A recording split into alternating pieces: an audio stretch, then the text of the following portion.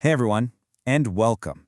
Today we're diving into an absolutely timeless story from the Srimad Bhagavatam. It's got everything: a great king, a shocking curse, and a question that, honestly, changes everything. Okay, let's just start with this. Really think about it. Forget your calendar, forget your 10-year plan.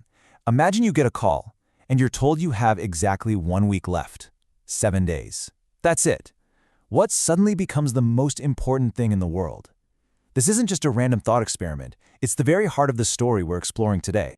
You see, for this one incredibly powerful world emperor, King Parikshit, this question wasn't hypothetical at all. A sudden, shocking curse made this his stark, unavoidable reality. So who was this king to be handed such an ultimate test? Well, Parikshit wasn't just some random ruler. We're talking about the grandson of the legendary warrior Arjuna from the Mahabharata. His life was, you could say, divinely protected from the very start. Lord Krishna himself saved him from a superweapon while he was still in the womb.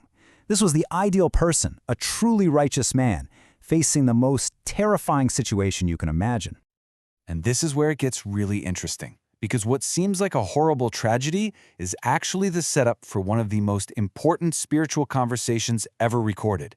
The curse wasn't the end. It was the beginning of a revelation that has been changing lives for thousands of years. So what did Parikshit do? His reaction was just immediate and total. He didn't try to find a magical cure or bargain for more time. Nope. He instantly gave up his kingdom, his family, all of it. He went straight to the bank of the river Ganges with a single, laser-focused mission to find out the ultimate truth before his time ran out. His entire search, this urgent quest, boiled down to two simple but absolutely perfect questions. He gathered all the great wise men and asked them, what is the most important thing for a person who is about to die to do? And, by extension, what's the most important thing for all of us to do throughout our entire lives? The answer he received came from the great sage Sukadeva Goswami. And it wasn't some list of complicated rituals or difficult practices. The instruction was something so direct, so powerful, and so accessible that anyone, in any situation, could do it. And the answer was just stunningly simple. Sukadeva Goswami basically said the goal of life, the ultimate perfection, is to constantly hear about, glorify, and remember the Supreme Lord, Krishna. That's it. Total, loving absorption. That's the secret to a perfect life and a perfect death. So this is the heart of it, right? This is the core practice of what we call Bhakti Yoga. It stands on these three pillars: Shravanam, to hear about God; Kirtanam, to chant or sing His glories; and Smaranam, to always remember Him. This was the simple, profound prescription for King Parikshit's last 7 days. And this path, Bhakti Yoga, is all about pure devotional service. It's a way to connect our soul directly with the Supreme, and in doing so, we go beyond all the temporary stuff of this world, including the fear of death itself. It was the ultimate solution to his ultimate problem. So get this, for 7 straight days and nights, without any food, water, or sleep, King Parikshit just sat there and listened.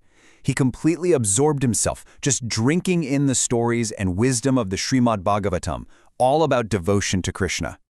And one of the first things he heard was this incredible idea that for someone who is truly sincere, the whole world becomes your teacher. Wisdom isn't just locked away in old books. It's literally everywhere if you just know how to look. He listened to this amazing story about a wise person who had not 1, not 2, but 24 different gurus or teachers that he learned from in the world around him: animals, the elements, even people he met. For example, he learned about tolerance from the earth, which just quietly supports everyone no matter what. He learned about contentment from the python, which is happy with whatever food just happens to come its way. He learned to be deep and steady like the ocean. And from a young girl who took off her noisy bracelets so she could work without distraction, he learned that sometimes solitude is key for real focus. But it wasn't only about learning from nature. Parikshit also heard the powerful prayers of another legendary devotee, Prahlad Maharaj. And Prahlad's whole life story confirmed this one essential truth. You can't impress the Supreme with your money, your education, or your power. The only thing that truly satisfies him is genuine love and devotion, bhakti. Okay, so Parikshit had 7 days. But what if you have even less time?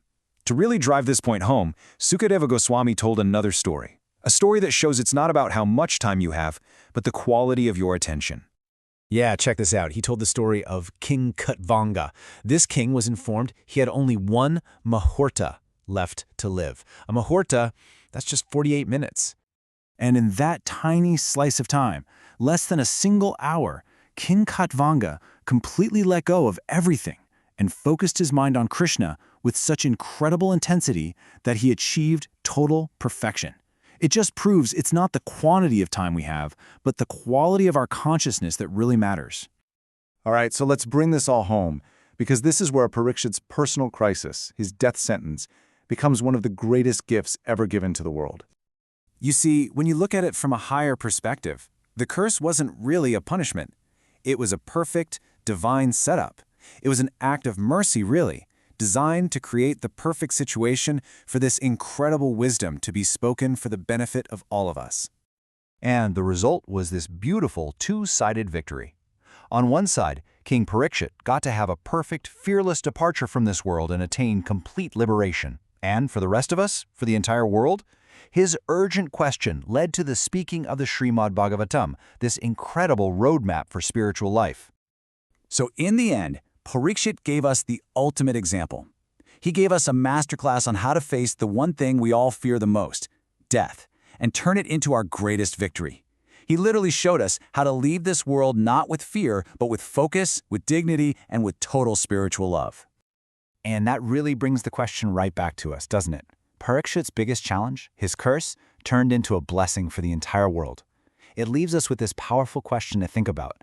How can we start to see the challenges and crises in our own lives not as roadblocks, but as custom-made opportunities for our own spiritual growth?